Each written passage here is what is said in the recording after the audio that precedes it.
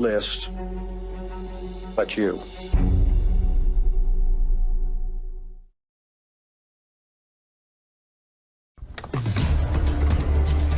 Our killer is JonBenet. How many victims has he had in the past? And how many victims is he going to have in the future?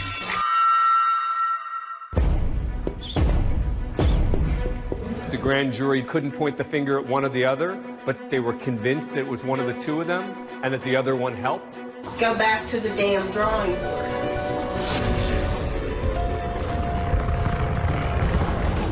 There was a person seen going across the lawn of the Ramsey house. Lou dedicated a big part of his life to finding JonBenet's murderer. Detective Lou Smith was like, whoa. He just said, I have a name on the JonBenet Ramsey case. First officer arrives at 5:55. Wow, that's fast.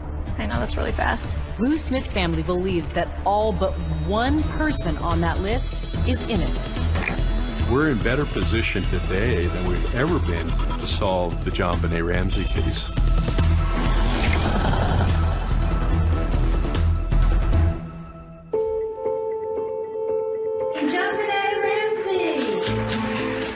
JonBenet was an entertainer. She would entertain at the drop of a hat. She loved to sing and dance and perform. It was a natural for her. I competed with JonBenet. She had all these wonderful costumes and outfits, and she had this presence. Third runner-up, JonBenet. It wasn't really a competition to her. It was more of like, this is fun, like let's go on stage and do that. My name is JonBenet Ramsey, and I'm 5.5. What is your favorite animal at the zoo? The monkeys, because they laugh and stuff and hang around. Today, that little girl would be 30 years old. I was her age. She would be my age now. She would be pursuing her own career. She never got to grow up. She is frozen in time now.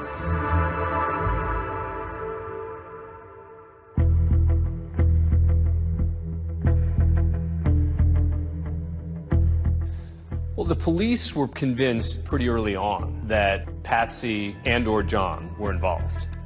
And you had a district attorney's office that was saying, not so fast. And that created enormous tension between the two. Did you hear anything yesterday? I think there are some new developments. Alex Hunter, the district attorney, wanted someone to come in with fresh eyes in this case and look at it from the perspective of a defense attorney. Who might have killed JonBenet as an intruder, not just the parents, but from the outside? Boulder DA Alex Hunter brought Lou Smith out of retirement to help solve the Ramsey case. One of the great challenges is to try to do the case right. And, you know, I think we're making efforts to meet that challenge by involving people like Lou Smith. The legendary investigator, Lou Smith. He had a history of closing cases. He had such tenacity. He was a bulldog. Once he got something in his mind, you know, once he got the reins in his teeth, he was not letting go. Lou Smith was my father. He was just known as, you know, the detective that solved cases. When he got to a murder scene, he spent time dictating everything he saw. Where the sun was in the sky, what the weather conditions were like, what the neighboring houses looked like. Our grandfather was a detective on one of the biggest unsolved murders in our generation. Prior to this case, Lou Smith had investigated over 200 homicide cases that led to arrests and convictions. Lou dedicated a big part of his life to finding JonBenet's murderer. When he started his investigation, he felt like everybody else did, that it was probably one of the two parents. It seemed as though the parents were probably involved in it.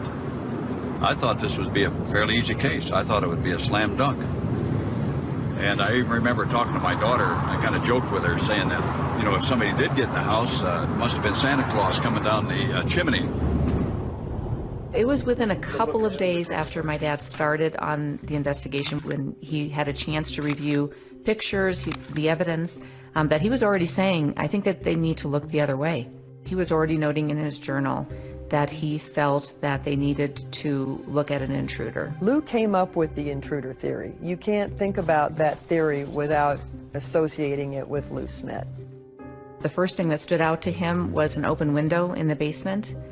There was a suitcase propped up against it.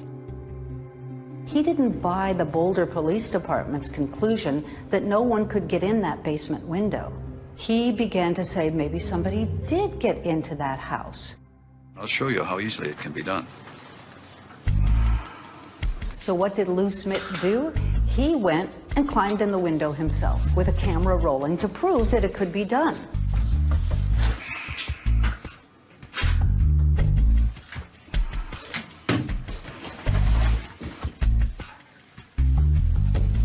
It really wasn't that difficult coming in that window. Maybe, but the other important point is, how soon was this guy's footprint? Some argue the footprint could have been inadvertently left by... Know that things are usually what they seem. Don't make it complicated. There's no reason at all for the Ramseys to use a stun gun. And the Ramseys don't have a stun gun. If it's not a stun gun, what is it? That's the question I always ask. You tell me what it is. So everybody sort of poo-pooed and ridiculed the intruder theory until Lou Smit started to stand up and point out things that everybody else, from the Boulder PD to the general public at large, had overlooked or dismissed. He said, wait a second, we need to look at this again. It actually is possible. It actually is plausible. And in his view of it, it's actually the most likely thing that happened. The police and the district attorney are at odds. The DA is looking at the intruder theory, the police focused on the parents, but both want to get the Ramseys to come in for a formal videotaped interrogation. Go back to the damn drawing board. I didn't do it. Lou Smit thought that the Ramseys were being targeted unfairly. I thought there was something drastically wrong. I had seen evidence of an intruder.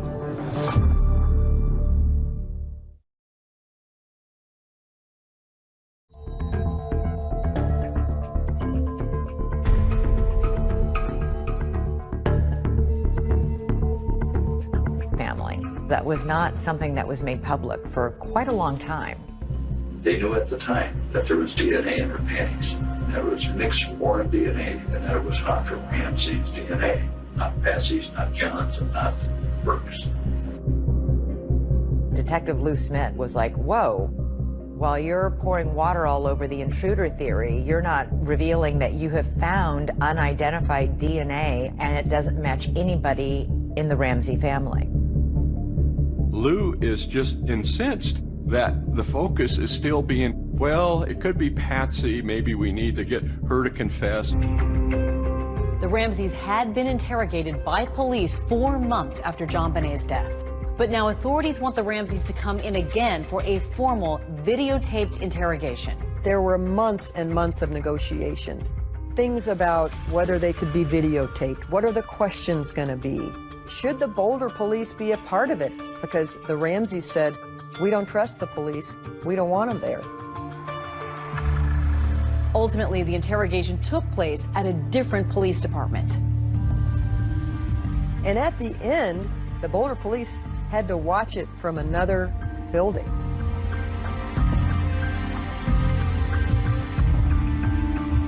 The Ramseys finally sit down with the police for a videotaped interrogation in June 1998, a year and a half after JonBenet's murder. Today is Wednesday, June 24th, 1998. I'm president of the Broomfield Police Department. Tricia Ramsey. Tom Haney, who was one of the most respected homicide detectives out of Denver, was chosen to interview Patsy Ramsey. Patsy Ramsey had a year and a half to prepare. I knew that it was going to be tough to get a spontaneous response. Do you ever recall purchasing black duct tape like this? It seems like there can't be a house in the world that doesn't have duct tape because it repairs everything. Well, I never liked it because it's so gooey. Isn't it gooey? He started out softly and kindly and curious, and then he got pointed with his questions, and that made Patsy angry. If I told you right now that we have, in the process of being examined, trace evidence that appears to link you to the death of JonBenet, what would you tell me? Tell me and go test. How is it impossible? I did not kill my child. I didn't have a thing to do with it. She said it was impossible that we had physical evidence linking her to the crime. I'm talking about scientific evidence. I don't give a flying flip how scientific it is. Go back to the damn drawing board. I didn't do it. John Ramsey didn't do it, and we didn't have a clue of anybody who did do it. I am so taken with her swagger. She just tells them, you know, you think you have some evidence on me? Well, you better look again. We love that child, okay? We're not involved. Read my lips. Let's find out who is. She's very feisty. She's very combative. And that doesn't mean she's guilty, but it doesn't mean she's innocent either. My life has been hell from that day forward. And I can't stand the thought of thinking somebody's out here walking on the street. God knows we might do it again to some other child.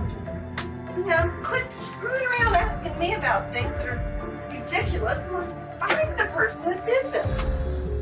Lou Smith was assigned to interrogate John Ramsey.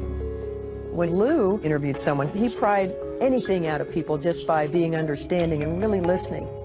Now, John, I know this is touching right back on a very delicate spot. Was this tape wrapped around anywhere, or was it stuck down?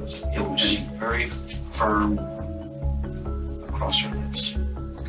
I thought John was much more measured and composed. You don't see the drama. I see a lot of pain in that man. Reached out, flipped the latch, opened the door immediately what I found. Okay, and you say immediately? There was a white blanket, and I just knew I found her. I think those tapes were so intriguing to watch, but the bottom line is there's nothing there that they could use to say, aha, we've got you. Both John and Patsy deny in the interrogations that anyone in their family killed JonBenet. We want to do what we can to help solve this case for you.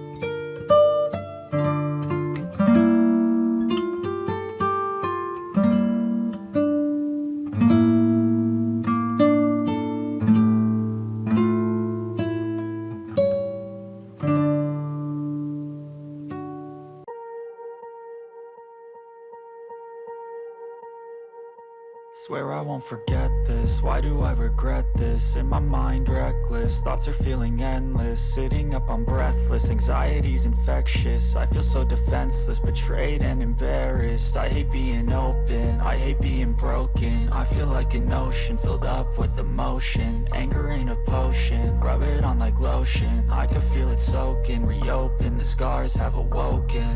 I can't move on till I let go. I feel so lost, never at home. Need to be strong, every breath hold. Cause I can't move on till I let go. I can't move on till I let go. I feel so lost, never at home. Need to be strong, every breath hold. Cause I can't move on till I let go.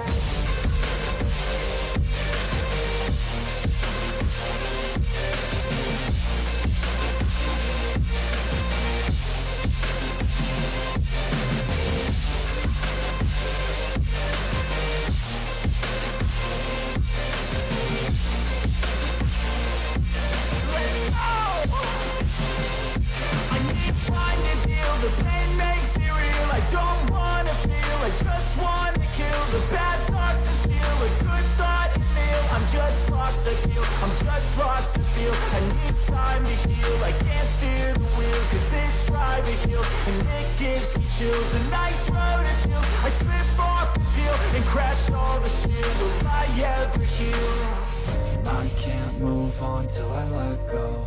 I feel so lost, never at home. Need to be strong, every breath hold. Cause I can't move on till I let go. I can't move on till I let go. I feel so lost, never at home. Need to be strong, every breath hold. Cause I can't move on till I let go.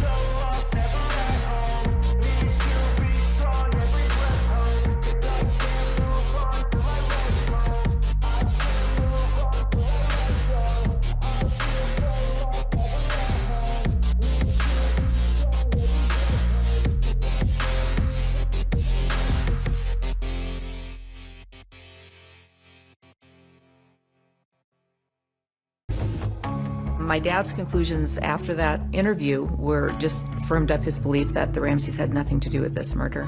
I'm not saying parents don't kill their kid. Parents do kill their children. So, but they're trying to say, Patsy, that their actions before, during, and after are all consistent with innocent people. They didn't do it. My dad started getting frustrated as time went on because he felt that the case against the Ramseys was being slanted where no other evidence was coming in. I thought there was something drastically wrong and that there was a gross injustice in this case. I had seen evidence of an intruder in the house that night. Lou Smith thought that the Ramseys were being targeted unfairly, and he didn't believe the police were listening to him. Smith so strongly disagrees with the prosecutor's focus on the Ramseys that he is resigning from the case, saying, "The case tells me John and Patsy Ramsey did not kill their daughter." He wrote a letter to Alex Hunter telling them that he couldn't be a part of the persecution of these people, is how he termed it. He wrote, "I intend to stand with this family and somehow help them through this and find the killer of their daughter." My dad may have resigned from the district attorney's office, but he never stopped work on the case. He walked in JonBenet's shoes, and he owed it to her, he felt, to continue his investigation. One thing Lou Smith fought to do was tell a grand jury his side of the story, the intruder theory.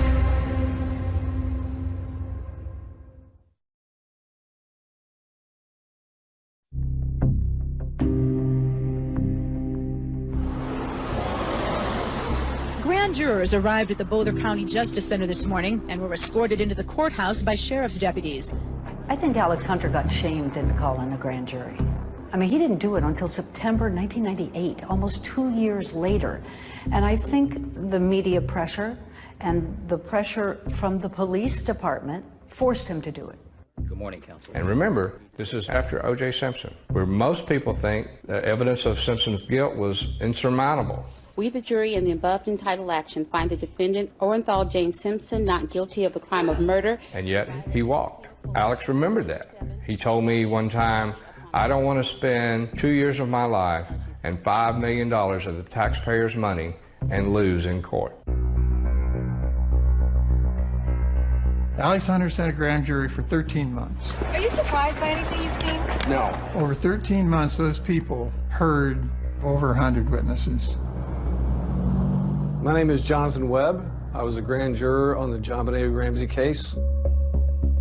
It bothers me that the murder of a little girl like this has gone on unsolved for essentially a quarter century.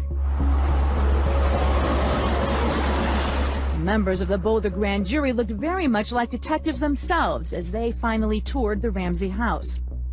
From a crime scene perspective, it was very disturbing how she was found. She's on a concrete floor, a garrote around her neck, and she's 6 years old. That's pretty horrible. Webb told us that the grand jury spent most of their time focused on two main issues. First, who wrote that ransom note? We heard from 3 handwriting experts, and even though the handwriting experts couldn't definitively say that she wrote it, they all 3 came to the same conclusion that it could have been Patsy Ramsey. The Ramsey defense team had their own experts who said that the comparison between the writing on the ransom note and Patsy's handwriting was not conclusive. We asked an expert to weigh in on the case. My name is Jennifer Nasso. I am a forensic document examiner. Handwriting is a great piece of evidence to have because you can identify the writer of a piece of writing. Throughout the ransom note, there's potential that the author attempted to disguise their writing. It doesn't look smooth and fluid. It's very, very shaky. So it looks like someone was purposely trying to shake their hand to alter the way that the writing looks. This is an example from the ransom note, where you see that kind of typewritten formation of the letter A. This is also from the ransom note, where you see that regular printed A. There are similarities between the ransom note and Patsy Ramsey's writing.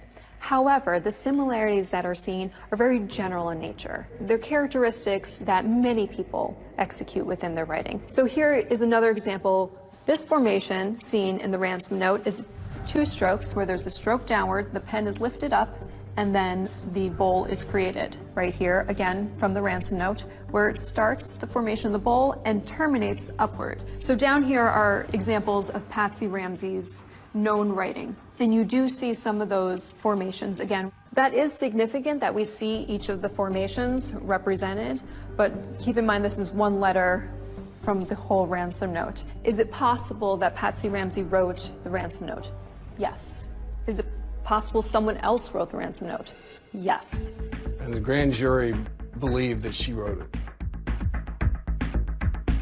The second focus for this grand jury, according to Jonathan Webb, was the viability of the intruder theory. Smith actually presented his intruder theory to the grand jury. This is the very first photo taken of the training room basement window. The window was wide open. Now, if I was a detective, I'd have said, wow, this is entry. But the grand jury wasn't buying the intruder theory because of those cobwebs in the window. The intruder theory didn't make sense to the grand jury. There is probable cause to charge the suspects with a crime. We were troubled by, to what level of confidence do we need to have to vote to indict? And it's the preponderance of the evidence, which means greater than 50%. And soon after that, we voted to indict. Both Patsy and John are accused of permitting a child to be unreasonably placed in a situation which posed a threat of injury to the child's life or health, which resulted in the death of JonBenet Ramsey. And then in the other one, did unlawfully, knowingly, and feloniously render assistance to a person with intent to hinder the apprehension of the person. These two things together make it clear that the grand jury couldn't point the finger at one or the other, but that they were convinced that it was one of the two of them and that the other one helped. This is 7 News at 5. There is high anticipation in Boulder right now for a Ramsey decision, and we are about to hear an announcement from Boulder DA Alex Hunter. I and my prosecution task force believe we do not have sufficient evidence to warrant the filing of charges against anyone who has been investigated at this time. I was shocked. It's extremely unusual for a grand jury to vote to charge and the DA not charge. And you think it was the right decision? I think it was the right decision. I think no matter what you think about the case, I think that they would never have gotten a conviction. Thank you very much. We've done all this work to try and vet the Ramseys. What work have we done to truly vet other potential suspects in this case? That's why Lou Smith continued investigating even after he resigned from the case. Lou Smith calls me cold, and I said to him, I've been praying for somebody to call and want to listen. Well, I believe a friend of mine killed her.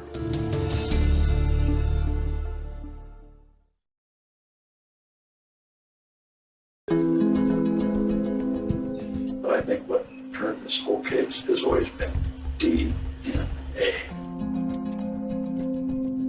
The killer left behind, I believe, part of his DNA. Over nearly 13 years, Lou took all of the information that he had on this case. In theory, that could be scraped, and they could match that up to my DNA. In 2008, the then district attorney for Boulder, Mary Lacey, decided to do a new round. Now, this new touch DNA uncovered DNA from at least one unknown male in 3 places on JonBenet's body that doesn't match anybody. Basically not going to look at the family any longer. The news broke here at the district attorney's office with this incredible letter to JonBenet's father. DA Mary Lacey wrote John Ramsey, "We do not consider your immediate family, including you, your wife Patsy, and your son Burke, to be under any suspicion in the commission of this crime." John Ramsey appeared on a local newscast. We're certainly grateful for an acknowledgement that we are innocent, that this was an intruder, which of course we've always maintained. Somewhere, somehow, there may be a match to that DNA. Then you got your killer.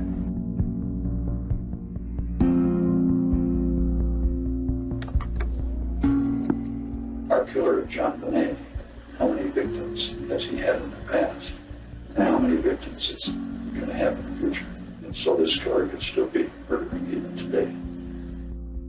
Lou Smith spent years organizing and investigating the evidence in the JonBenet Ramsey murder case, but eventually he ran out of time. When he got sick with cancer, he knew that his time was limited.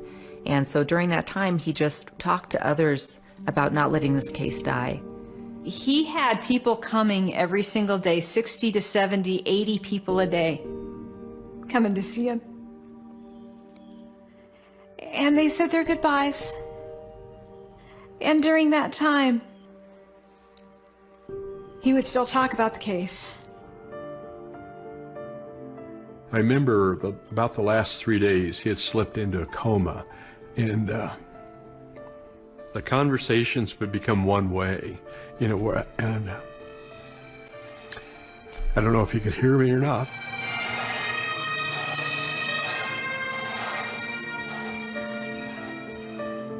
It's very much an honor to be here to celebrate Lou Smith's life and to share my thoughts with you. I'm John Ramsey. I had the opportunity to visit Lou a week before he died. Remarkably, during that time together, Lou talked a lot about the case. He hadn't given up. He never gave up.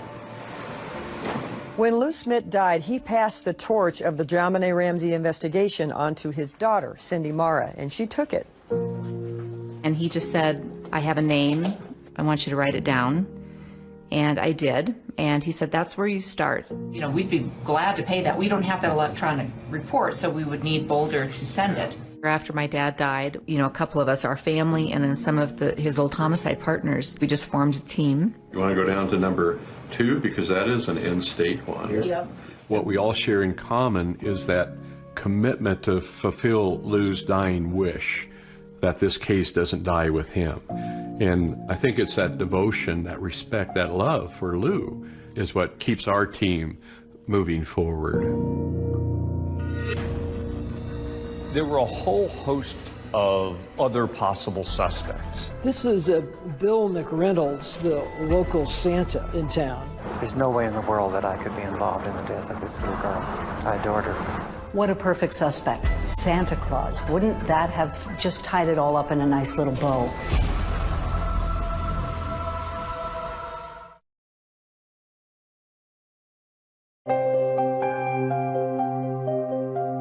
Grandpa stated that if you can't show me a motive, show me evidence of bad character. If you can't show me evidence of bad character... He had condensed everything he knew about every person of interest into a spreadsheet. The team that his family created is confident that the killer's name is on that spreadsheet. So what do we know about the person suspected of killing JonBenet Ramsey? The DA says the genetic profile from the DNA belongs to a male. There were a whole host of other possible suspects, ranging from known criminals to friends of the Ramseys. Brad, investigators looked beyond the Ramsey family. In fact, there was some speculation into potential involvement by 2 local men, correct? Correct. Here you have Gary Oliva. He was a homeless man who hung out at a church just a block and a half from the Ramseys' home. And he confessed that he killed JonBenet Ramsey. In fact, he called a friend right after she was killed, crying, sobbing, saying he just killed a little girl. They took a look at him, but eventually eliminated him because there is absolutely no connection between he and the Ramseys, and his DNA, they used that to eliminate him. This is Bill McReynolds, the local Santa in town. I was the Santa Claus for 3 years at their party, and I always liked the Ramsey party, so I called Patsy in particular and said it's time for our party. And apparently JonBenet had made a comment that he, Bill McReynolds, was coming to their house to see JonBenet. I think everybody thought that was a little weird. His list. Michael Helgoff was an interesting character. Lou Schmidt calls me cold, and I said to him, I've been praying for somebody to call and want to listen. Mike said he wanted to kill himself to get it over with, and that's one thing. And then he said that him and a partner were going to make $50,000 or $60,000 at Christmas. He wanted to crack a human skull. Michael Helgoff. Soon there will be no one on the list but you. He made quite the headline. I love JonBenet. Died accidentally. No. Everyone probably around the world knows John Mark Carr. Her death was an accident. So you were in the basement? Yes. Problem is, he wasn't in Boulder, Colorado. Well, that's a big question. We went through the people of interest, the suspects, and came up with our top 20. Take a look at it and run it through their program. What our team has been doing is focusing on collecting DNA and testing DNA. Do you want to get in touch with them? Who wants to? I think we should make the effort. You want to just start like maybe in September? And since Lou has passed away, the team has been able to clear a number of people from that list. However, the work is pretty slow because of the time and expense involved in locating somebody on that sheet and obtaining their DNA and then testing it. We have asked suspects for their DNA, and in other cases we've, I guess, done it the old-fashioned way with surveillance and trickery. We've gotten together and followed people and gotten a discarded cup or some such thing. So the DNA is evolving constantly, so we're in better position today than we've ever been to solve the JonBenet Ramsey case. We are just trying to eliminate people from that list, and we just figure if we keep at it, hopefully we'll finally whittle it down to one person remaining on that list. Lou Smith's family believes that all but one person on that list is innocent. Ramsey. Will the case ever be prosecuted? Is it still just as mysterious? They get in. Why'd they target her? And to some degree, that makes it even more fascinating. There was a person seen going across the lawn of the Ramsey house the night of the murder. Was there a killer trying to get into the house? In September, we met with the Boulder DA's office and PD. And what we presented was a confidential list of our top 20 people of interest and the list of the 8 people of interest that our team had eliminated through DNA analysis. We just don't feel at this point that they are actively investigating this case. The Boulder Police Department says the Ramsey case is an active, ongoing investigation, but they have never publicly commented on the handling of the case. This team isn't going to give up. They're a third generation. My daughters and others will continue on with this case when we end up being too old to do it. But we're not going to stop investigating. We're just not going to do it. This case boils down to intruder or Ramsey. And if the Ramseys didn't do it, then it's an intruder. And if it's an intruder, the intruder is still out there. The case took its toll on the whole Ramsey family emotionally and financially over the years. John Ramsey would lose his job and spend millions on private investigators, lawyers, and security. There are still people today, John, 22 years later, who believe you or Patsy or Burke had something to do with the murder of JonBenet. I know that. And how could they have believed otherwise? Because that's what they were told. You know, even if we have a conviction, confession, and this person's in prison, there's going to be 5–10% of the population that still thinks we're guilty. My dad certainly suffered a tremendous amount, but I think he's focused on life today and enjoying life with his family and grandkids, and he's remarried. Patsy died from cancer in 2006. She's buried in Marietta, Georgia, next to JonBenet. In my mind, she's still my 6-year-old little girl. That's how I remember her. Every once in a while, I'll see a little child from behind, a little blonde-headed, ponytail girl, about 6 years old, and that catches me for a second because it looks like JonBenet. The family has not lost the will to fight and the will to find the killer. We work on this daily. There's a group of dedicated volunteers that work on this daily. I want the trauma to stop for the family. And if we can find the killer, then the next generation doesn't have to live with that trauma and the unknown and the speculation. The only way to do that is to find out who did it. I think it's really important for people to understand that this case can be solved. There's a narrative out there that this is an unsolved homicide, and we just have to accept that as fact. And that is not the truth.